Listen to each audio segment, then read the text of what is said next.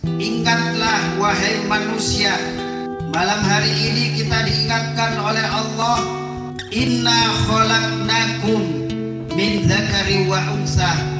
Aku menciptakan kamu semua dengan perantara seorang bapak, dengan perantara seorang ibu.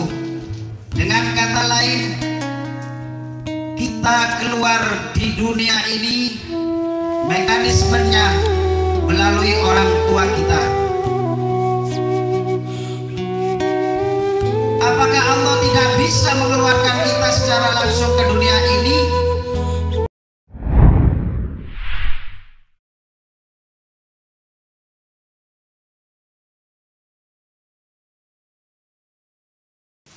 Assalamualaikum warahmatullahi wabarakatuh.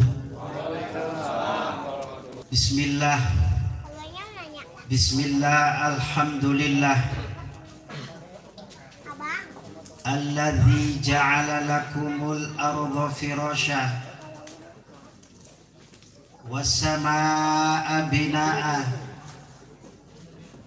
Ashhadu an la ilaha illallah wahdahu la syarika lah wa ashhadu anna Muhammadan abduhu wa rasuluh. Allahumma salli wa sallim mubarik ala sayyidina wa habibina wa syafi'ina wa qurrati a'yunina wa maulana Muhammadin wa ala alihi wa ashabihi wa man tabi'ahum bi ihsanin ila yaumil qiyamah. Qala rabbi shrah li sadri wa yassir li amri wahlul 'uqdatam min lisani yafqahu qawli yafqahu qawli yafqahu qawli. Amma ba'd. Khabratal muhtaramin, para alim, para ulama,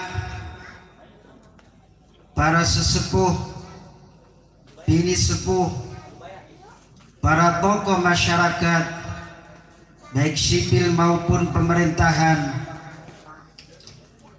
kepada Bapak Ketua RW Lingkungan Gria Mukti yang sangat saya hormati beserta jajarannya, kepada para RT dari 1 sampai 9 yang sangat saya hormati beserta jajarannya,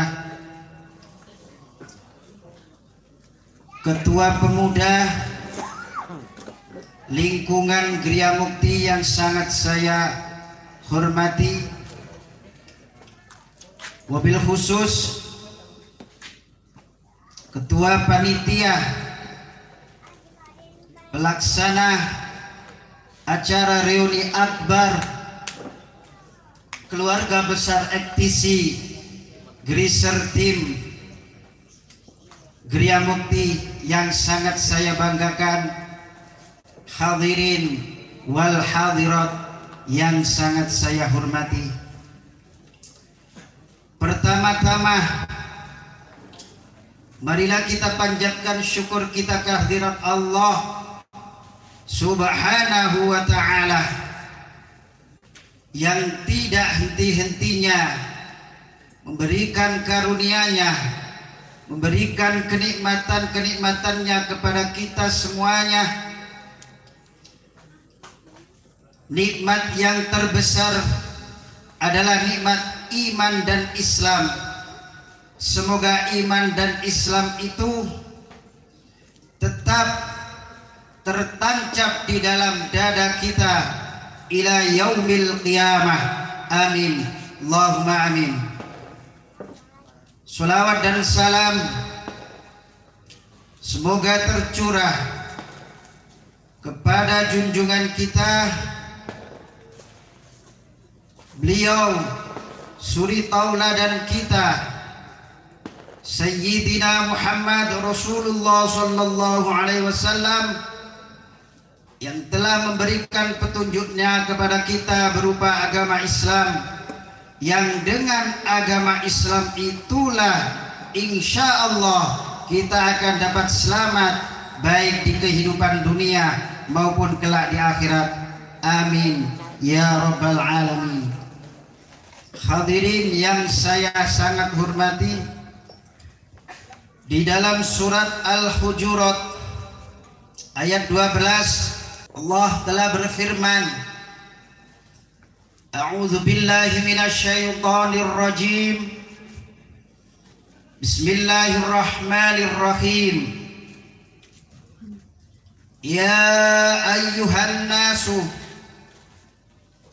inna khalaqnakum min dzakarin wa unsa wa ja'alnakum syu'uban wa qabaila lita'arafu inna akramakum indallahi atqakum innallaha alimun khabir. Shadaqallah.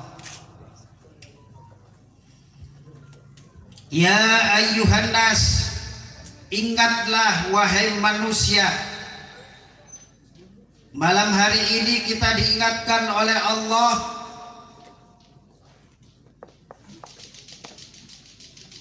berupa apa para hadirin?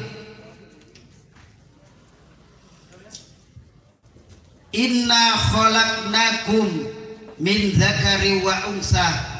Aku menciptakan kamu semua dengan perantara seorang bapak, dengan perantara seorang ibu.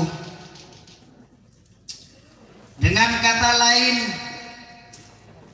kita keluar di dunia ini mekanismenya melalui orang tua kita. Apakah Allah tidak bisa mengeluarkan kita secara langsung ke dunia ini? Kan Allah Maha Kuasa. Kok masih memakai perantara berupa orang tua kita? Itulah struktur Allah. Itulah kudratillah. Allah menjadikan seorang perempuan yang perempuan itu dikodratkan oleh Allah untuk melahirkan anak-anak mereka.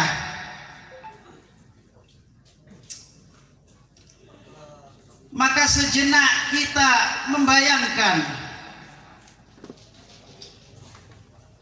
betapa sengsaranya seorang ibu pada waktu mengandung seorang anak ini. Bulan pertama, kedua, ketiga sampai dia tidak mau makan, melihat makanan muntah, bau masakan muntah, mungkin juga melihat suaminya muntah.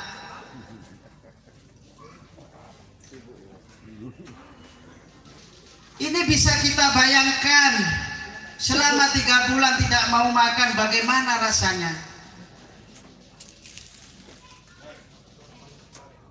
Mencapai bulan keempat, alhamdulillah dengan ridha Allah, kondisi si ibu yang hamil ini kembali normal seperti semula.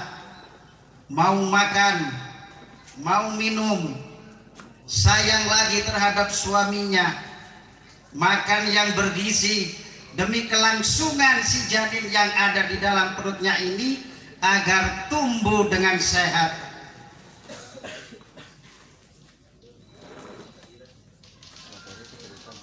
Waktu berganti 4 bulan, 5 bulan sampai 9 bulan, 10 hari. Alhamdulillah seorang ibu yang hamil melahirkan seorang anak.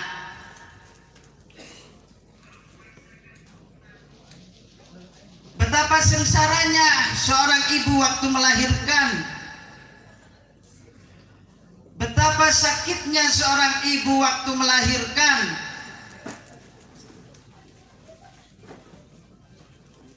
Tidak hanya materi, tenaga, bahkan nyawa pun ditaruhkan untuk mengeluarkan si bayi itu untuk melihat alam dunia ini.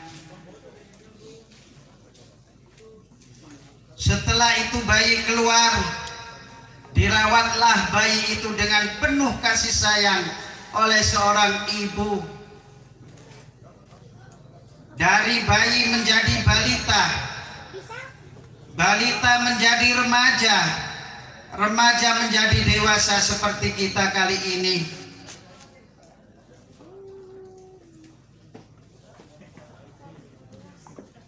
Apakah kita pernah berpikir bagaimana susahnya seorang ibu merawat kita dari bayi sampai dewasa?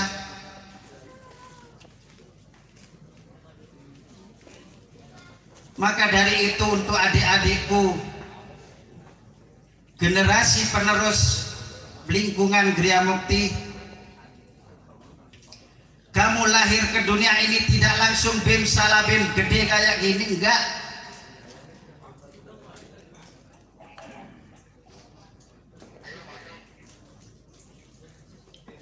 Maka saya menekankan kepada Anda, hormatilah orang tua. Karena orang tua itu adalah wakil Tuhan yang ada di bumi ini. Seandainya orang tua itu ridho kepadamu, maka Allah pun ridho kepadamu.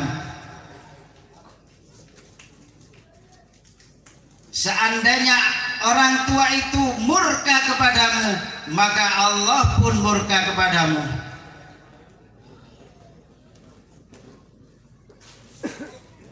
Pernahkah orang tua kita itu menghitung-hitung jasanya pada saat beliau mengandung kamu, pada saat beliau melahirkan kamu, mengasuh kamu?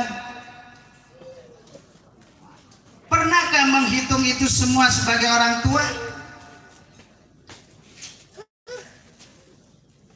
Seandainya seorang tua itu mau menghitung untuk hamil saja, bayi tabung 350 juta.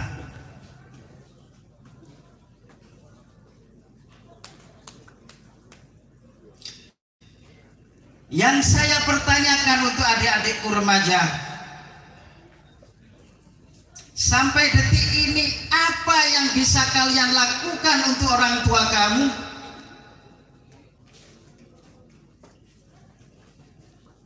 Apa yang bisa kamu berikan untuk orang tua kamu?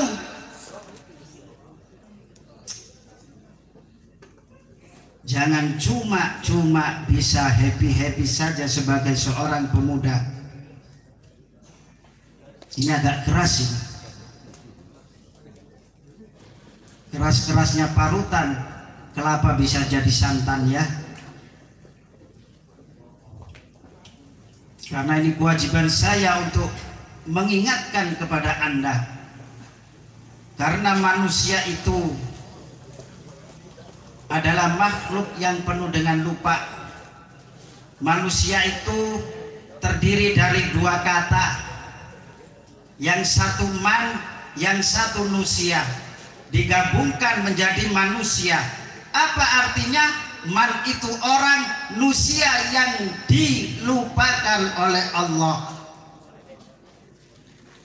Jadi manusia itu diberikan sifat lupa oleh Allah Subhanahu wa ta'ala.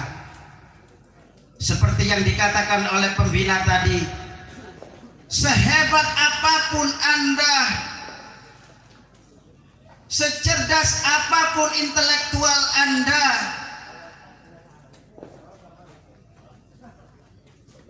pasti ada di situ yang namanya lupa. Karena kodrat manusia diciptakan oleh Allah, diberikan kelupaan. Karena manusia adalah orang yang diberikan kelupaan oleh Allah Subhanahu wa taala. Apabila kita lupa sebagai sesama manusia, sebagai sesama agama, kita wajib untuk mengingatkannya.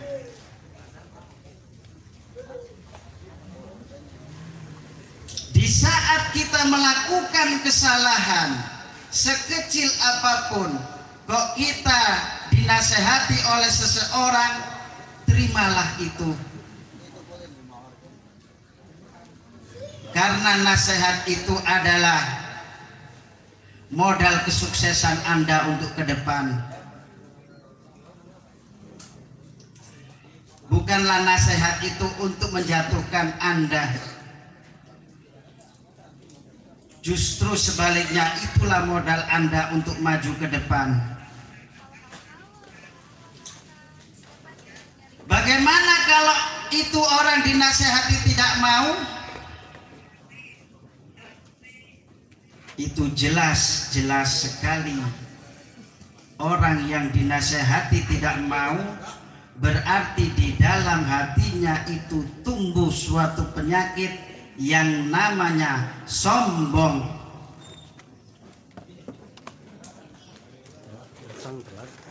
Perlu diketahui para hadirin, iblis itu pada awalnya, pada permulaannya, makhluk Allah yang paling taat kepada Allah Subhanahu wa taala, paling rajin beribadah, selevel dengan para malaikat. Kenapa pada akhirnya si iblis ini mendapat titel laknatullah dari Sang Maha Kuasa?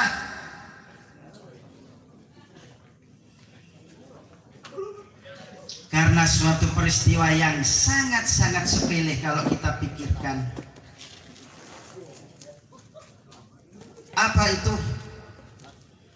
Pada saat Allah menciptakan Nabiullah Adam alaihissalam dengan kun fayakun, maka jadilah Sayyidina Adam alaihissalam. Begitu Adam jadi, Allah menyerukan kepada para malaikat,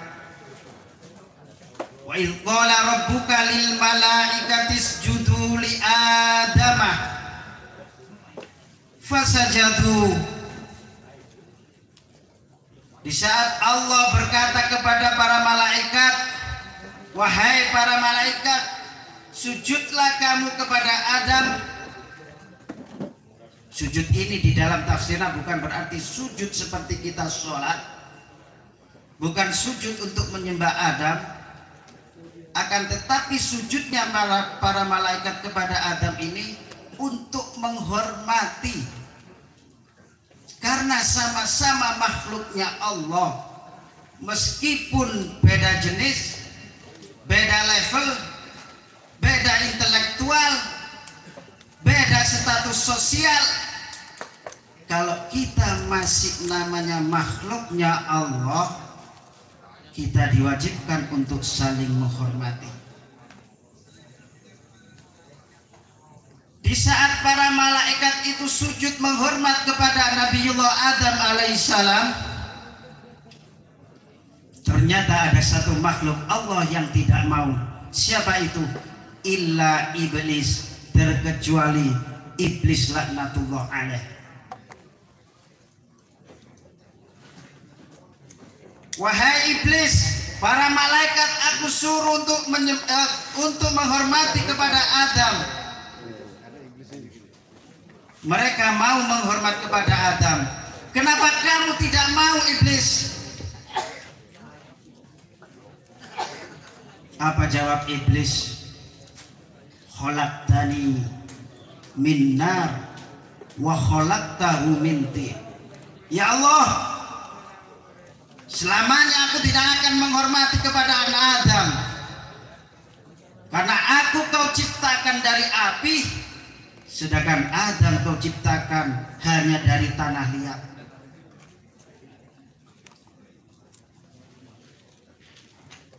Ini menggambarkan status sosial yang jadi acuan iblis ini untuk tidak menghormati kepada Adam alaihissalam.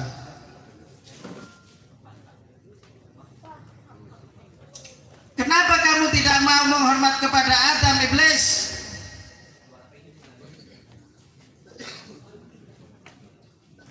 Ternyata iblis ini tidak mau menghormati kepada Adam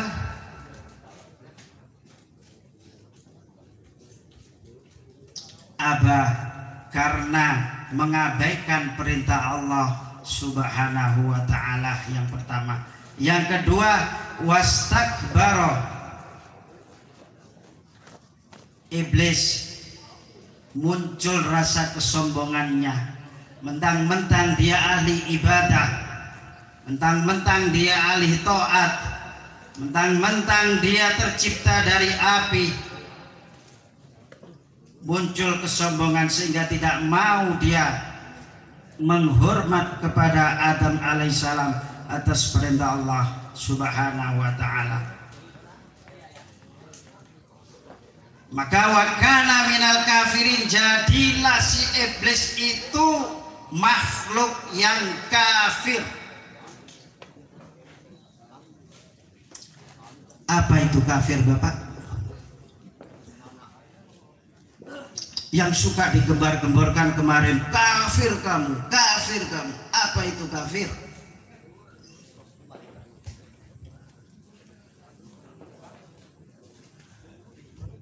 Kita lihat surat Al-Baqarah ayat 6.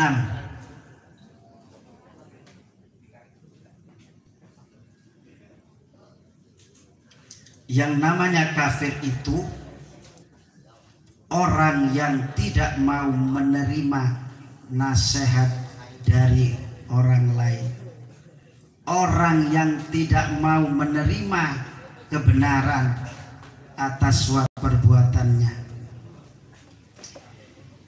Innal ladzina kafaru sawa'un 'alaihim anzartahum am lam tunzirhum la yu'minun.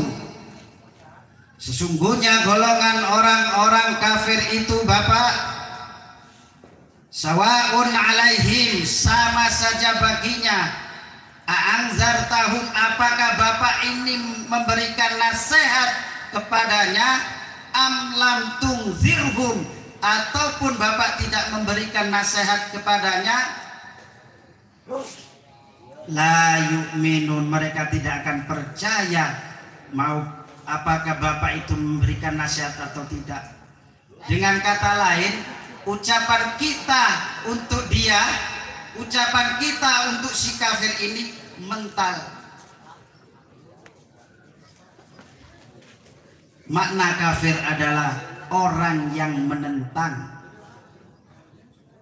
Maka jangan sekali-kali kita berbicara kepada orang lain, mengkafirkan orang lain, karena kita tidak tahu di dalam jiwa kita pun mungkin ada kekafiran. Kalau melihat makna daripada surat Al-Baqarah ayat 6 tadi,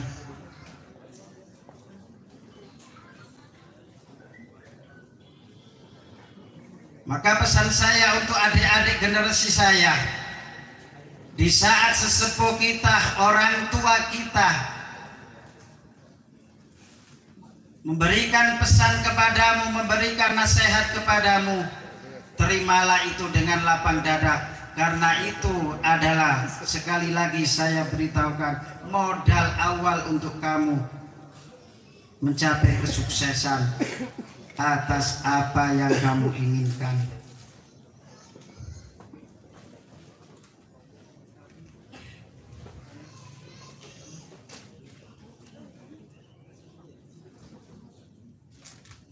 Maka untuk itu para hadirin, di akhir dari tausiah kita ini,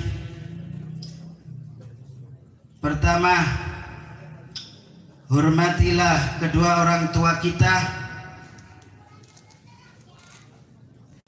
Yang kedua, hilangkan rasa sombong di dalam hati kita. Karena kalau kita mau menghormati kepada kedua orang tua, insya Allah hidup kita akan diberkahi oleh Allah Subhanahu wa Ta'ala. Yang kedua, apabila kita menghilangkan rasa sombong kita, maka kita dapat menghormati kepada orang lain, apapun bentuknya, apapun status sosialnya, apapun kedudukan jabatannya. Caranya, bila kita melihat orang lain, lihatlah kebaikannya. Bila kita melihat diri sendiri, lihatlah kejelekan kita. Mudah-mudahan apa yang dapat saya sampaikan ini berguna bagi pribadi saya, khususnya umumnya kepada para jamaah sekalian yang hadir pada malam reuni akbar ini. Wal afu minkum, summa assalamualaikum warahmatullahi wabarakatuh.